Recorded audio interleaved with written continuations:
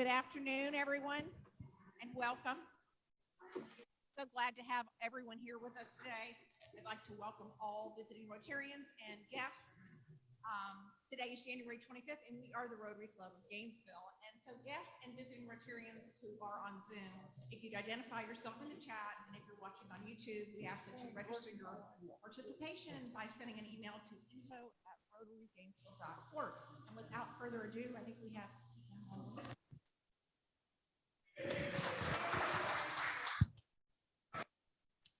Thank you very much.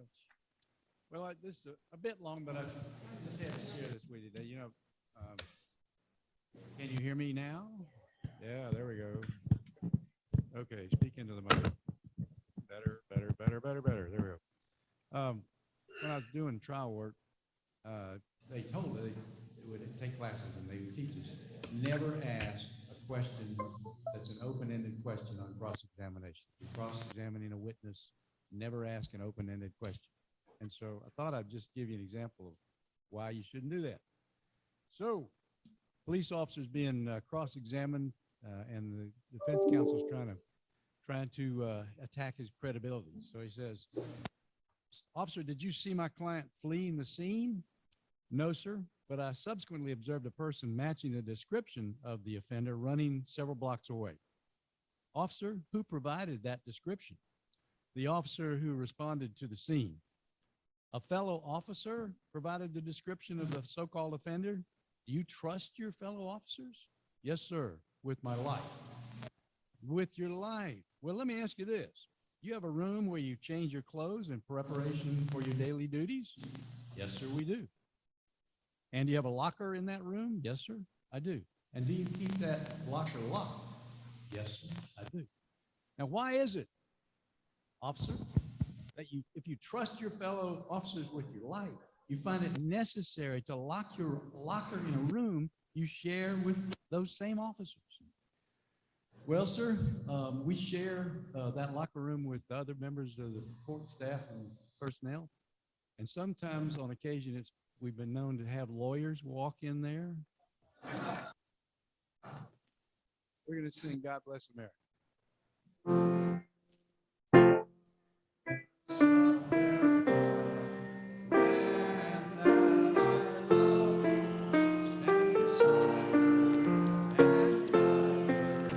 Through the night with the light from above, from the mountains, through the rains, through the oceans, right with all, God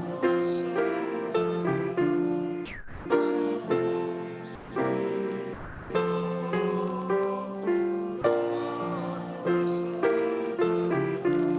my home sweet home. Join me in pledging allegiance to our flag. I pledge allegiance to the flag of the United States of America and to the republic for which it stands, one nation, under God, indivisible, with liberty and justice for all. Lori Vidal for our invocation. All right. Hey, let's pray together. Gracious Father, we are so thankful today for all the blessings you shower upon us on a daily basis. We are, as we come together as a group, we are truly a blessed group. We are so blessed to live in the community we live in. And we are also so desirous of sharing our blessings with others. That's why we're here. And we ask you to facilitate those who are seeking to bless the many in need of the most basic provisions for life, removed by the efforts of those who reach out to the poor, the neglected, the homeless, the elderly. It is our heart's desire to see healing graciously provided to those broken in body and spirit. Move us, use us to that end as a group. We oftentimes personally feel totally overwhelmed with the responsibilities that we carry on a daily basis just to maintain our lives, our families, our businesses. Allow us just now to present to you, to release to you, Father, the burdens that we might be carrying, so that we can be free from our attempts to live our lives, Lord, in a way that is dependent on you. We ask for your guidance and your grace for our individual lives today. May we seek your gracious hand to empower us each day, I pray. In your most merciful name, amen.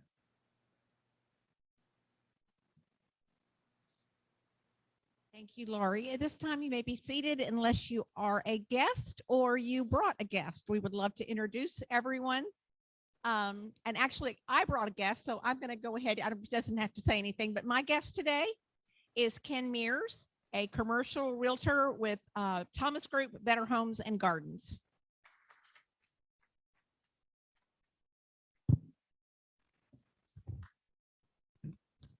Hello, I'm Tony Barr.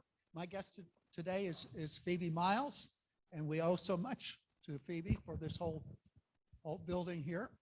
And she lives in Washington, and she's here to be with us for the week. Thank you. Welcome, Phoebe. Thank you for letting us use the museum. We love being here. Thank you.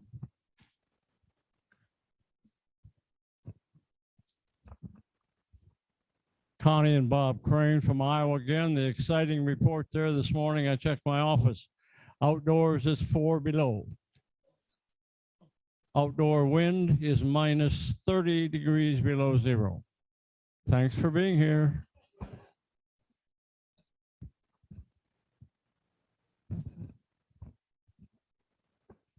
Fellow Rotarians, Kirk Klein, and I'd like to introduce my guest. My guest is Brittany Olinger. Brittany is a financial advisor with us at Koss Olinger, and she is part of our third generation team at Koss Olinger. Brittany Olinger. Welcome, Brittany. Okay, great. Okay, we're going to move right into announcements. Jay, you want to come up and talk about the Wild Game Feast?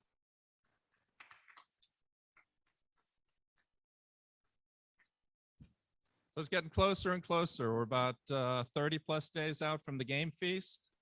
First of all, I want to thank everybody that came in the door and bought a raffle ticket or bought a bunch of them. We got to sell a bunch of those, so appreciate that.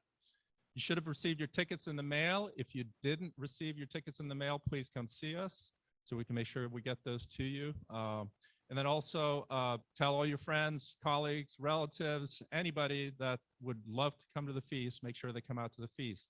We've got, as I mentioned last week, we got a couple of work days coming up. That is two weekends before the feast. So that's the February the 19th and the 26th. So if you can come out and help, we'd really appreciate that. We're also going to have a tree cutting down day. There's a couple of dead trees out there, and that's going to be another work day that we announce. And it'll probably not be this weekend, but maybe the following weekend. So we'll keep you posted on that. Also, want to make sure if you're interested in helping out with the feast, reach out to me with an email or come see me. We've got some folks that are helping coordinate the various areas where we need help. So if you haven't come up and said that you're interested in help, please do so. We're looking forward to a great feast. Sponsorships are incredible. Again, thanks to all of our sponsors. The response has been absolutely amazing. And now it's time to sell tickets. So anything you can do, as we can do as a club to help make that happen, we really appreciate it. So thanks for everything that you do. Thank you, Jay. Jacob, you have an announcement you wanted to make today?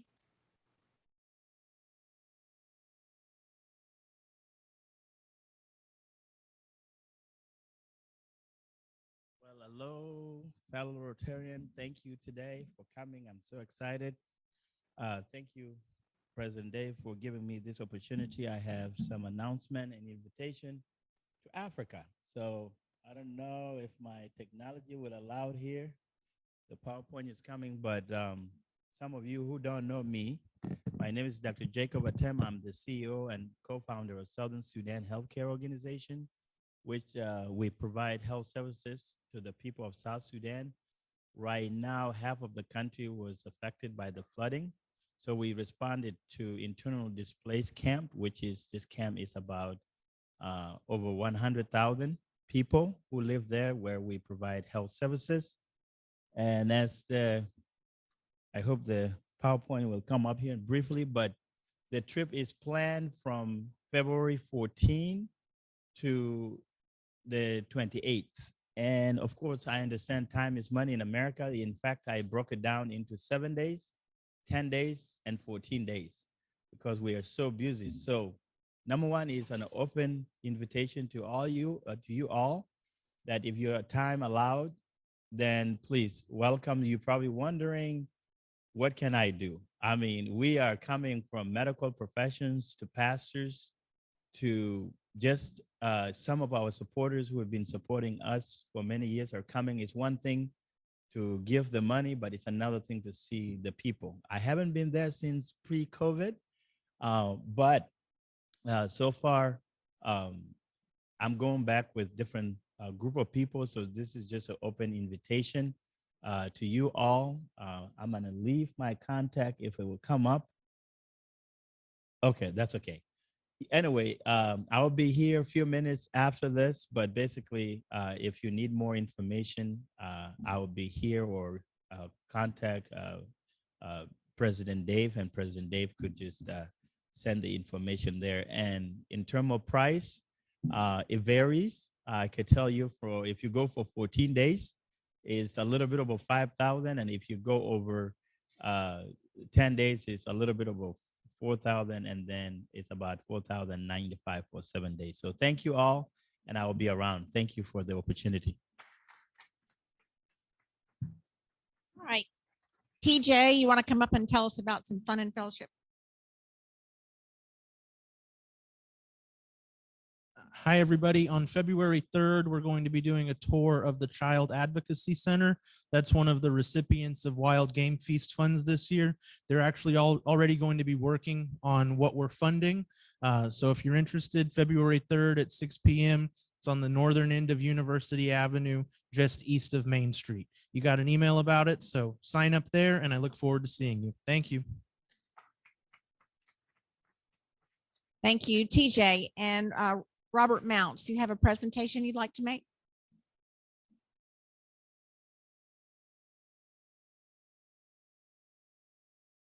First, I'd like to invite President-elect Greg Young to come up for a special presentation. Tonight, one of the things I appreciate about Rotary is that it gives a leadership to so many other organizations in the community that are beneficial to everyone. And Greg is one of those people. Tonight, he will step down as president of the Matheson History Museum Board. But our meeting is all on Zoom. So I figured in order to have a personal presentation, we would present his plaque of appreciation here at Rotary and repeated it tonight on a slide. You know, so Greg has done a tremendous job as president of the Matheson Museum. He's been a real cheerleader for the Matheson. He will continue to be a cheerleader for Sweetwater Branch Park and all that goes with that. He's been president for almost 2 years. He's now released from those duties as of tonight, and he's completed his training as the president of the Rotary Club.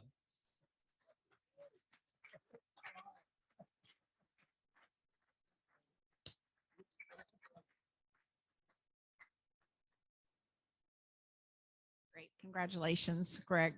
All right, David, you want to come up? We got a craft talk today. I'm going to turn the program over to President David Gracie.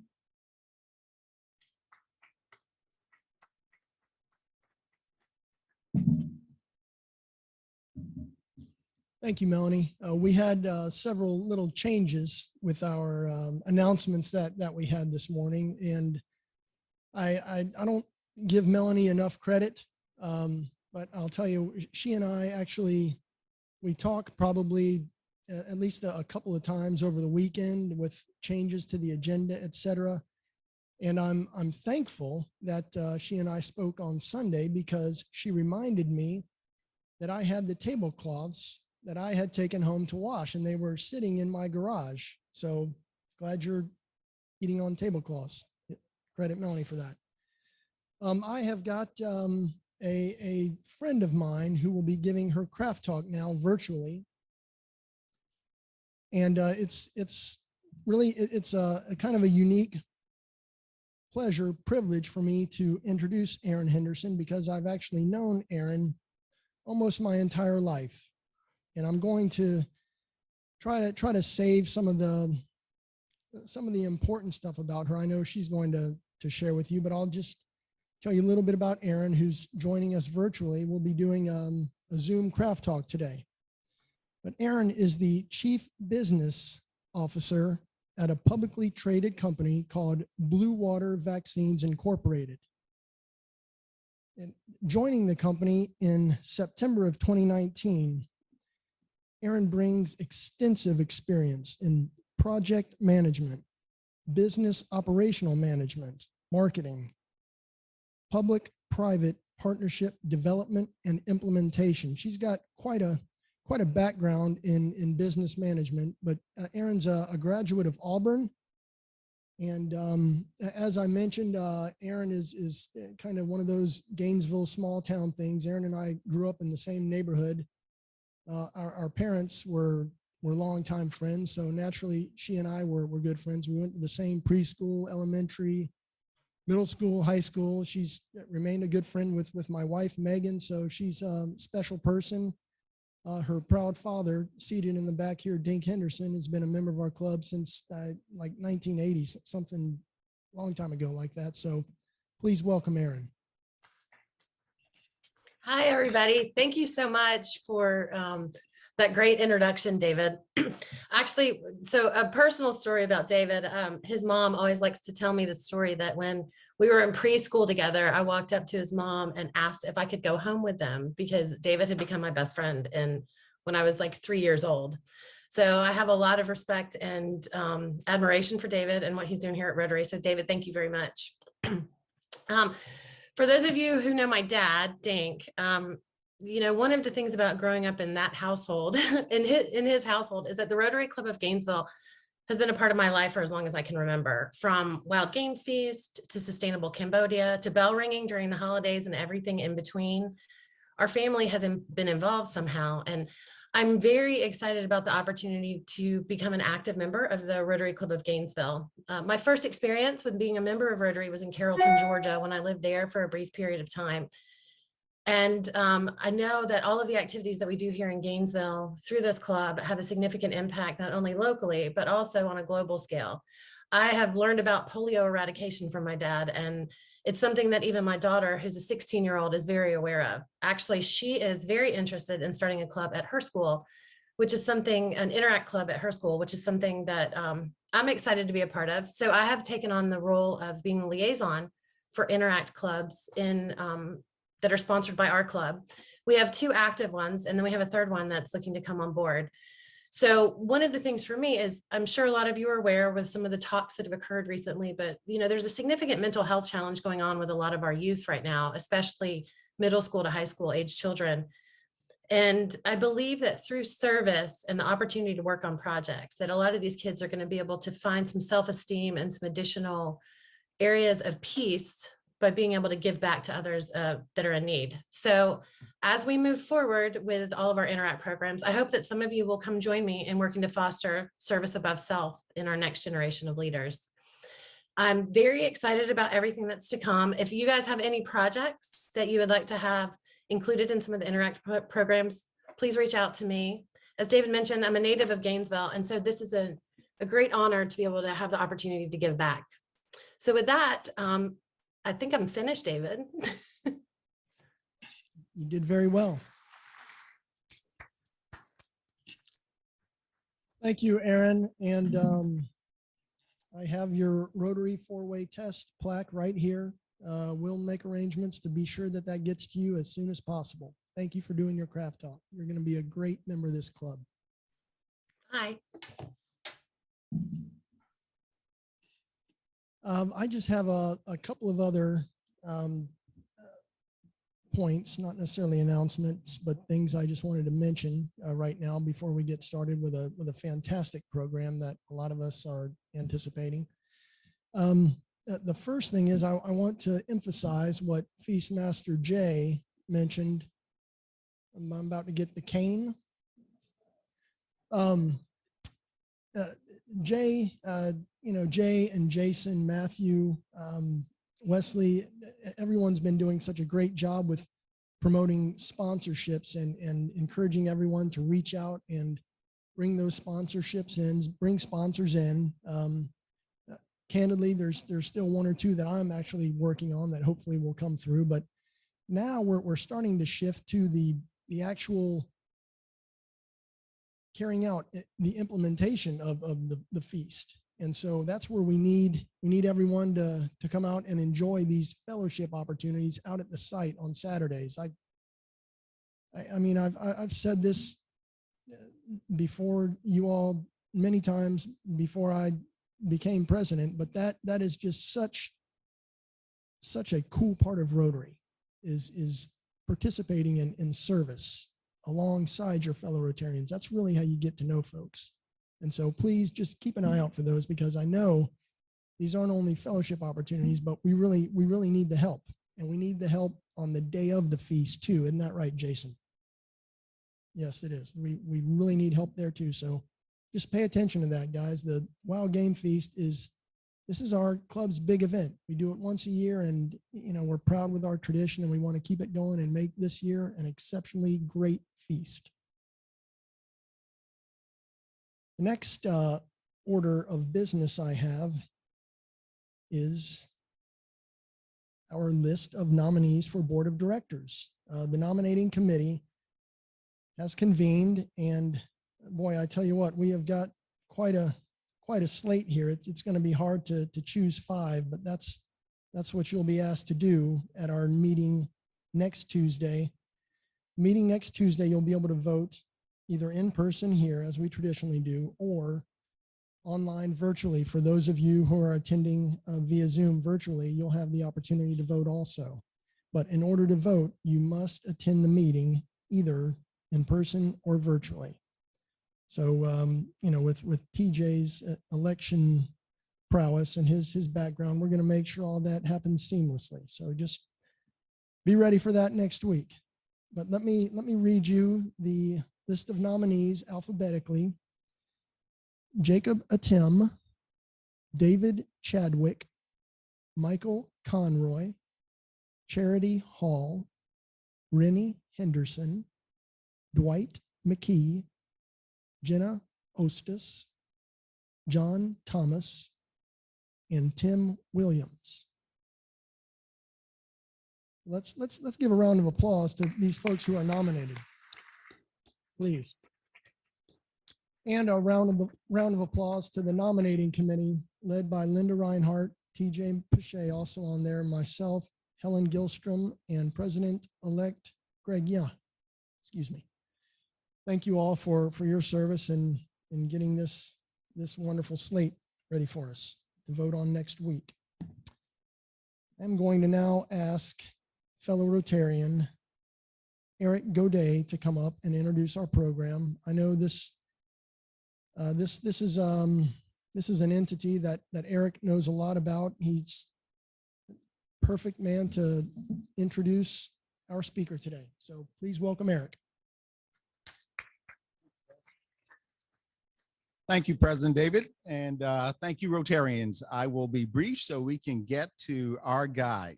So to make sure all of you know, today's speaker is John DeCarmine. Just to tell you a little bit about John, and I'll get out of the way. John leads the amazing organization known as GRACE. GRACE is a one-stop assistance center that provides emergency, shelter, and permanent solutions to homelessness. GRACE has moved more than 2,000 people into permanent housing since opening in 2014, reducing local homelessness by 47% and unsheltered homelessness by 69%. He oversees the emergency and the permanent housing programs, strategic planning, visioning, and his work is guided by 2 core principles: that everyone deserves a safe place to call home, and that the idea of human beings sleeping on our streets is not normal, but rather an unacceptable indication of policy failures and broken systems.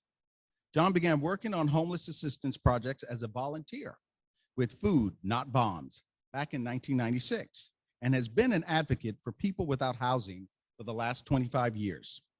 John has led trainings, workshops, and panel discussions on homelessness for the National Alliance to End Homelessness, the U.S. Department of Health and Human Services, the Florida Association of Counties, the Florida Coalition for the Homelessness, the Florida Supportive Housing Coalition, and the Canadian Shelter Transformation Network. I want you guys to give please a nice, great, big Rotary welcome to John DeCarmine. I can't brag on him enough. He knows I shared around the nation with other presidents and CEOs of different chambers. We have a jewel here in our community. John, please come on up.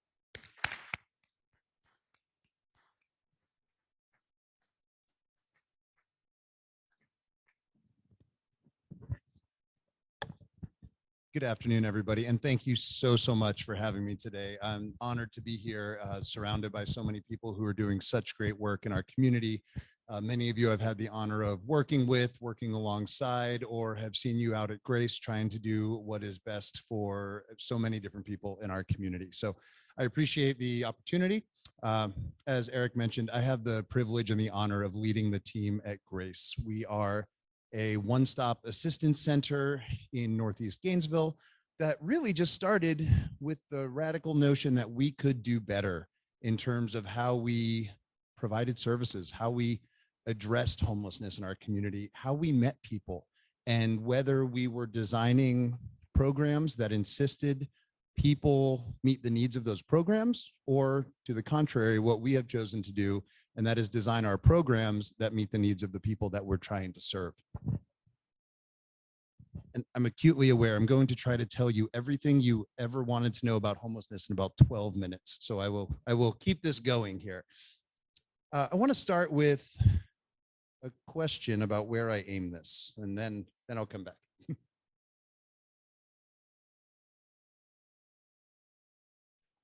Well, when you get a chance, if you would just advance the slide, I'd appreciate it. So I want to start with a brief overview of our mission. It is incredibly simple. It is to end homelessness. And I emphasize the ending homelessness part because as a community, we had spent a lot of time really just managing homelessness. We were really good as the city of Gainesville, as Alachua County, and as the people in that community, making sure that people had blankets, making sure that people had meals in their belly, making sure that people could come to emergency shelter. But even back in the time when I was working in Lynch Park in 1996, trying to find ways to get people into housing, we would see the same people year in and year out, and we would give out blankets, we would give out food. And when we asked people who's actually working with you to make sure you're not homeless anymore, people couldn't answer that question. So from the time we got started, we knew there was a deficit in how we were approaching what are ultimately housing crisis responses. For us, everything is oriented toward ending homelessness. So when we talk about ending homelessness, what does that mean? Do I think that we're going to live in a world where nobody ever becomes homeless? No, I don't. But today, if you became homeless, there's a real good chance you would end up on a waiting list that's 3 or 4 years long before you could get housing. There's a chance you would end up on a wait list for a public housing authority voucher that could be as long as 4 years. When we talk about ending homelessness, what that looks like, I'll use the analogy of a well-designed functional healthcare system. That doesn't mean that nobody ever gets sick, but it does mean that when people get sick, there is an immediate response available to them to help them deal with that issue. We are aiming for the same thing in homeless services. When we talk about ending homelessness, the idea is that if somebody in our community has a housing crisis today, that the help is available tonight before they have to sleep on the street. And that help is available without them having to go to 7 different places to try to get the help that they need, without them having to, start the process of finding shelter. But when they get to that shelter, it turns out first they have to go someplace else to get clearance to go into that shelter. Or when they show up at the shelter and they don't have ID, we might turn them away. And instead, we want to orient those programs and services to make sure that we are meeting people where they are in the stages of that crisis and available to respond immediately.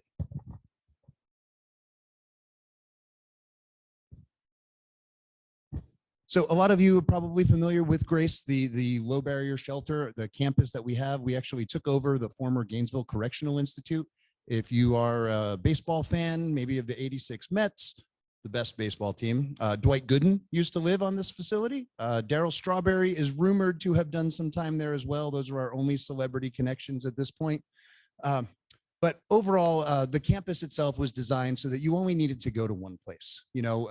Again, 7-8 years ago, before Grace opened, if you had that housing crisis, you would show up at St. Francis House. St. Francis House would say, first, I need you to go to Gainesville Police Department. Then you'd come back, and St. Francis House, who does a phenomenal job of working with families, would probably tell this individual that they did not have shelter space because they were filled with families. From there, if you needed mental health care, you'd take a bus over to Meridian. If you needed physical health care, you'd take a bus over to the health department. We were asking people in crisis to do much too much while they were in that crisis. So ultimately, what we had worked on doing is bringing all of those services together in one location. For lack of a better analogy, it's kind of the Walmart model of social services. If you don't enjoy shopping, this will resonate with you, where if your options are going to 5 different stores to get 5 different items or going to one location to get all of the things that you need, it makes a lot more sense to go to that one location where you can get everything you need. So this is just a brief overview of the kinds of things we do on the Grace campus and the services that people are most familiar with.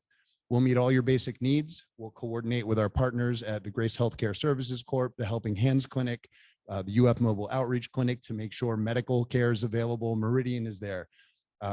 Much of the time we have representatives from United Way helping with IDs and birth certificates. Department of Children and Families is there. So if you've got an issue with your birth certificate or your food stamp card, you can ask that person for help, and you don't need to go take a bus, go to the food stamp office, solve that problem someplace else. Again, that model brings every service somebody might need together in one location. We've also expanded our services in the past few years to try to more appropriately meet the needs of people in the community. As we got started, Grace did an excellent job of providing shelter services, meeting people who needed food, clothing, shelter, meals, things like that. And we kind of stayed contained to within the confines of our 23-acre campus up by the airport. As we have grown, however, we have realized that there were some other services that were needed. We provide permanent housing around the community. Right now, we manage about 61 units, and that is for people who need some kind of short or long-term housing assistance. People, there are kind of, and I'll talk about this briefly, but there are really 3 kinds of homeless people. It's very common for you to now be thinking that, well, it's clearly that's the people who are using drugs, people who are mentally ill, or people who are lazy or may not want to work. But the actual typology of homelessness has nothing to do with any of those categories. To the contrary, most data shows that the percentage of people without housing who have a mental health problem is exactly the same as the percentage of people in housing who have a mental health problem. Same answer for substance abuse. And I'll say that again, the same answer for substance abuse. Some of the best research related to substance abuse and homelessness shows that of the entire universe of people without housing who have a substance abuse problem, only 1 out of 3 actually had that substance abuse problem at the time they became homeless. The other 2 out of 3 picked up that issue as a method, appropriate or not, of coping with the stresses and the trauma of homelessness. Now, why is it so common that we might think that? Homelessness typically breaks down into 3 core groups. There are people, and this is about half of the population, who are going to become homeless once. They lose a job, they don't have the family support that they need, they have a medical crisis. These are folks who are going to show up in our shelter system, we'll help them, we'll never see them again. It's a one-time crisis. Another 20% or so of people are what are known as episodically homeless. And these are folks who are kind of, we'll get them into housing and 6 months later, something goes wrong and they come back to the shelter. And then they'll get housed for another year or 2, and then something goes wrong, and they're kind of in and out of homelessness, but that's only a small number of the population. And then about 30% of the population is what we call chronically homeless individuals. So these are folks who have been out on the street for a year or longer. These are folks who have been in and out of the shelter system, or very often have chosen not to use the shelter system anymore because they don't believe it works for them. Typically, these folks have a disability of some kind. And here's where these numbers all kind of tie together. That 30% of the population, the most intense, severe needs of the entire population, those basically involve 100% of the people that you actually see on the street. So the folks who you see out on the street are just a small portion of the overall homeless population, but they generate 100% of public perception around homelessness and what we think about homelessness. And in fact, I can speak to this personally. I can speak to this as somebody who runs an organization where more than half of the people there have lived experience with drug or alcohol recovery or homelessness. The mistakes that people have made, or the series of best bad choices that people have had to make in order to get to where they are at Grace, they're not that much different than the choices or mistakes many of us have made. They just had a harder landing pad.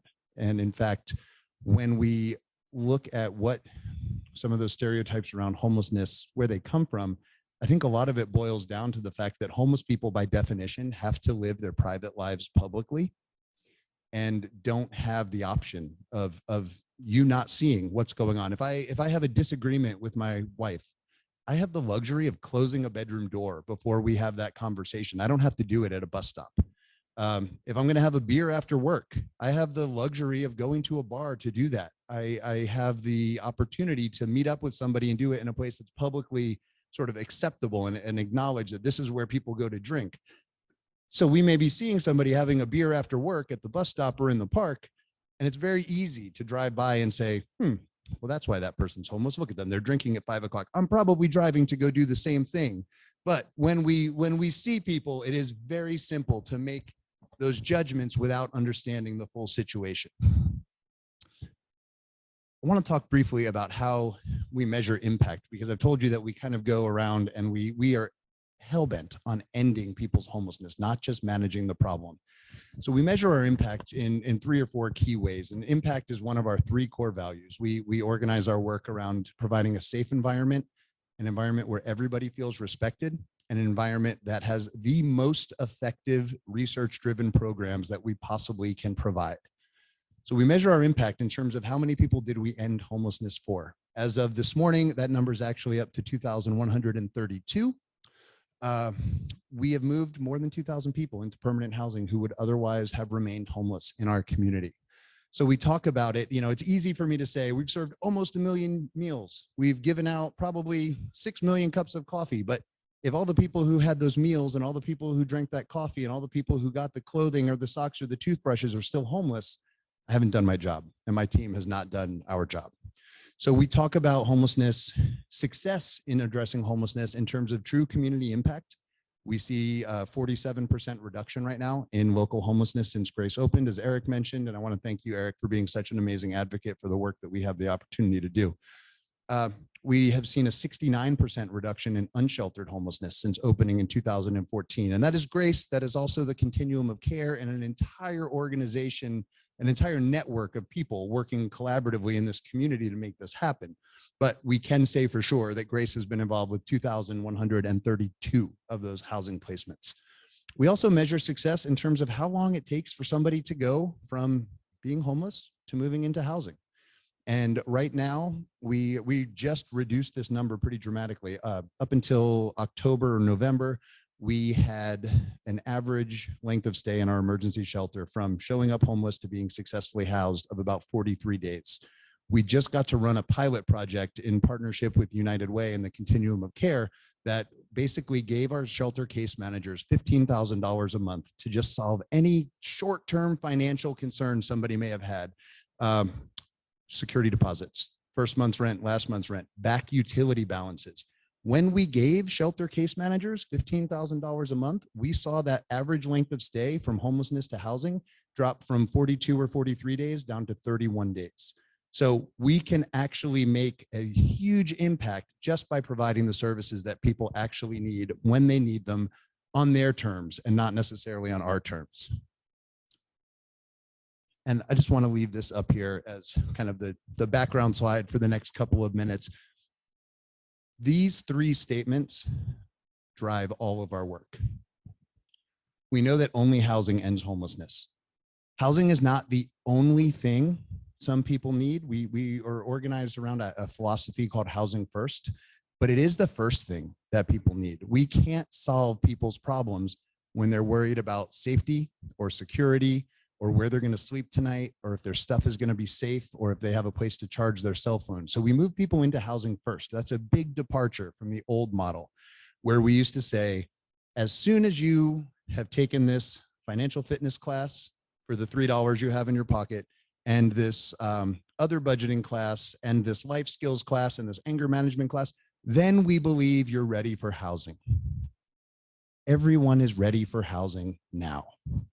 And every piece of research surrounding how homeless services can best be provided confirms that it is easier. Those services are more effective when we can provide them in somebody's own home rather than forcing them to go through that in the emergency shelter or in any other part of the homeless system. The quicker we can get somebody out of homeless services, the better they will be.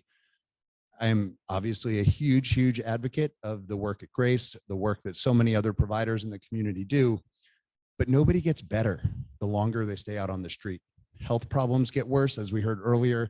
Substance abuse can get worse. Mental health can get worse. Any of those issues can continue to get worse, and that the bleeding only stops at the time that we get somebody into housing. So again, all of our work is really organized around this. Everybody being ready for housing now. I just want to end with this. It's common for people to think that you can't have housing until you've addressed a drinking problem, until you've addressed a mental health problem, until you've gotten a job. But I know plenty of people in housing right now struggling with mental health problems. And these are not folks that Grace house. You know, there's drug addiction on my block right now. There's mental health problems on my block right now. There is unfortunately men's violence against women on my block right now. That is not unique to the homeless population. And all of the research shows that if we can get people into housing, the solutions that we do have will be more effective. They can be done more cost effectively, and they will have a greater impact on homelessness in the community. I see it's 12:55, so I'll end there to make sure we have enough time for questions. And I'll go from there.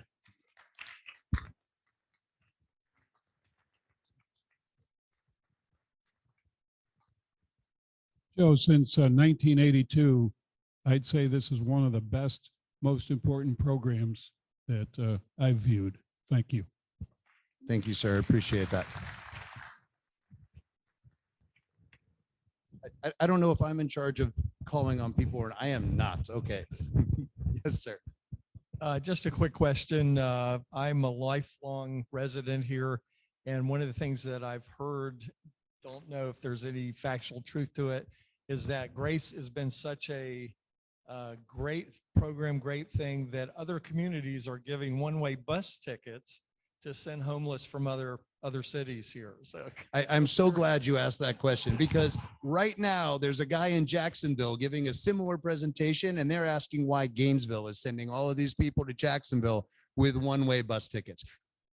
I would be lying if I told you that nobody has come here from out of the area. Sometimes they come here for services. More often they come here because they thought they had a job, or because there's a VA in this area or good health care in this area. Very, very, very few people hop on a bus from Kentucky because Grace serves spaghetti on Monday night. So I want to assure you that that is true. But in response to that, we do collect data on that. And what we find is at least 60% of the people coming through our emergency shelter lived and worked in Alachua County prior to becoming homeless. Sorry, TJ, I'm messing with your camera here. And then another 30% come from someplace else in Florida, but not Alachua County. And that's generally not Miami. That's generally not Jacksonville. That's Levy, Putnam, Union, Gilchrist, Bradford, those counties where there are very limited social services, but people are still from this region. And then 10%, usually at most, have come from someplace else. And yes, if I was homeless in Chicago in the wintertime, I would absolutely hope to come to Gainesville. But likewise, when I'm homeless in Gainesville in the summertime, you can bet your butt I'm getting as far out of town as I possibly can to avoid hurricanes and mosquitoes. Great question, and I appreciate you asking that. John, how has the virus affected your organization? Well, we have had to completely stand up an entirely new program to deal with not only the housing crisis response that we have been accustomed to providing, but also the public health crisis response. So that's a long answer, but the short version of it is we have worked with partners around the community to ensure that nobody has to choose between feeling safe in our shelter or feeling safe as a result of COVID and the pandemic. So We have not only restructured our entire shelter program in accordance with CDC guidance for how shelters should operate. We have stood up with our partners again, a non-congregate shelter program. So the moment somebody tests positive for COVID, we're moving them into a hotel so they can isolate. We deliver food, we coordinate medical care with our partners. We do testing on campus once a week. We've offered vaccines. Currently, our shelter population is about 70% vaccinated. And for a long period of time, we were about 10 to 15 percentage points ahead of the county as a whole on account of us offering these vaccines, making them available. And then of course, doing a lot of the education around some of the less stellar information that people had about those vaccines. I want to thank you. You have an outstanding presentation, and I want to commend you and your associates on the results that you have achieved. Curious, and I've also visited your Grace 2 or 3 times. Question, what is your total funding now, your budget? Where do you get your money? And also, what is the definition of permanent housing? Does that mean someone goes into a home or a house? It doesn't mean they own it. It means they rent it or whatever. Could you define what that, absolutely. So I'll start with permanent housing. For most people, that means you've moved into a rental with no ongoing subsidy. For a handful of people a year, it means you've purchased a home when you have left, or you've purchased a trailer and you're still paying lot rent. For many other people, when we talk about diversions, and that is trying to prevent people from coming into the shelter, if there's any way we can avoid that, it may be that we've helped refacilitate a connection between friends and family. And it turns out that you do have a brother in Kentucky who didn't even know you were homeless, and he would let you stay with him if we could only get you there. So we'll always be looking for opportunities to get people into a more permanent setting. Funding wise, overall, right now we're in the process of managing a pretty massive influx of federal funding in response to coronavirus. So our budget right now, cash, is about $5 million. That comes from, and that's to operate a 23-acre facility, 24 hours a day, 7 days a week, while keeping 6 street outreach workers and a supervisor on the street 6 days a week, while keeping these 61 units running, and providing care and services to 300 people a day in crisis with a team of about 60. That is up dramatically from where we started with a budget of $308,000 7 years ago, and 100% of that money came from local government. Today, less than a third of our funding comes from local government. Much of it comes from state and federal opportunities, as well as private donors. John, Mike Conroy. About 15 years ago, 2 important things happened in my life. One was I was, as part of a government program, went to the city of San Francisco and saw what they were doing with homelessness and people on the streets. And I mean, they need it now more than ever. But the people there had anecdotally developed data that showed the cost to the city of providing ambulance services, police, hospital, and so forth was about $40,000 a year. Something like that. Yes, so that's one question to you. But the other thing, in that same year, I was at a meeting, I think was over against Alachua Housing Authority, in which you presented the 10-year plan to end homelessness. And I think it is worth noting that all of those elements, the major elements of that plan, seem to have been completed. To your credit, I mean, the dedication and persistence that you have exhibited over this period of time are phenomenal and deserve ongoing support, certainly from our organization and from each of us individually. So thank you. Thank you, sir. You're absolutely right. And I appreciate you using the words dedication and persistence. I would, on my less good days, just call it foolishness and stubbornness, but both apply as needed. You're absolutely right. It is actually cheaper. It is cheaper as a community, as a society, for us to move people into permanent housing than it is to leave them on the street. When you look at, again, those chronically homeless individuals, and there's a guy that we were able to move into housing who the Gainesville Sun named the $1 Million Man. He'd been homeless for 25 years and he was harmless. He drank. In the course of being out there, though, he couldn't get into a shelter before Grace opened because he drank and he wasn't willing to not drink before he could get in there. Since Grace opened, I'll tell you what, though, I went over to him and I said, hey, have you ever thought, Ramin, have you ever thought about coming up to Grace? And he said, there's too many homeless people up there. This guy's been homeless for 25 years. but still valued his independence enough that he was not willing to go up there. But in the course of those 25 years, if you add it up, every single time we arrested Ramin for sleeping outside or peeing outside or putting his things outside, things that are not illegal if you do them in your own home, we were spending, well, $125 a night to put him in jail, $600, $700 to arrest him. If you counted up every time Ramin fell down and hit his head, or if you counted up every time that he had exposure from being out in the elements, or was just not doing well, was not hydrated, had minimal medical problems that became major medical problems. And each time he went in an ambulance, it was $800 or $900. And each time he went to the emergency room, it was $1,200, $2,400, who knows? Those costs were $1 million in the course of 25 years, $40,000 a year we were spending on Ramin. Ramin's been housed since July of 2018, and we spend $15,200 a year to provide as much of his support for rent, for case management, for utilities, and for all of the other services that he needs. We saved $25,000 a year just by putting Ramin into housing. And it's hard for people to get their heads around that, because it does kind of turn that Puritan work ethic idea on its head. But it's also the most fiscally conservative approach we could possibly take to homelessness. And I do want to just say one more thing about Ramin. This is my favorite part of the story about Ramin. Ramin's daughter now is a key outreach worker on our outreach team. He had not even been reconnected with her while he was homeless for years and years and years. Now his daughter is actually out on the streets downtown 5 days a week, just making sure there's nobody else like her father. I can think of nobody who would be better suited to approach each and every person that they see downtown with an absolute genuine intent to get them back into housing as quickly as possible.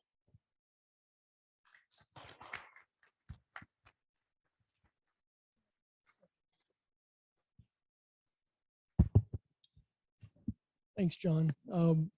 When we spoke earlier before the program, we kind of talked about how much time you're going to have. We went over a little bit with our announcements, but I tell you what, the one thing that we did discuss is the fact that John is among friends. I know a lot of us have had the pleasure of working with John and Grace Marketplace. And, you know, it's nice to be in a room full of Rotarians who are aware of this problem and want to help. But what is so cool to me, sitting there listening to you, is that you have a whole nother level of just dedication to homelessness. Obviously, that's what you do for a living. And it's just nice for me to watch you speak so passionately about it and so sincerely. The Walmart analogy is beautiful. It's a wonderful organization. And John, we got folks that need to get back to work. So I just want to tell you that I've got something to commemorate your talk today. And it's a coin that has our four-way test, our Rotary four-way test, which is something that we're all very proud of. It kind of, it's a standard that we hold ourselves in all the things we think, say, or do. It governs our interactions with each other professionally and personally. And it is, we ask, is it the truth? Is it fair to all concerned? Will it build goodwill and good friendships, better friendships? Will it be beneficial to all concerned? John, thank you so much for your talk and all the work you do for our community.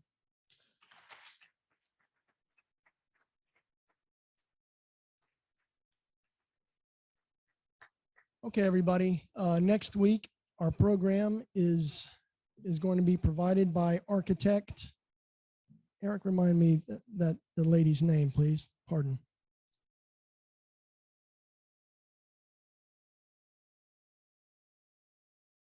Sydney McLaughlin. And we're going to be talking about all the construction going on at UF and how that's being managed. So I hope everyone will come back, and remember, our next meeting will be our voting meeting as well. The last three digits for the 50-50 drawing for the Rotary Reading Safari, those last three digits are 014. Thank you, everybody. Meeting is adjourned.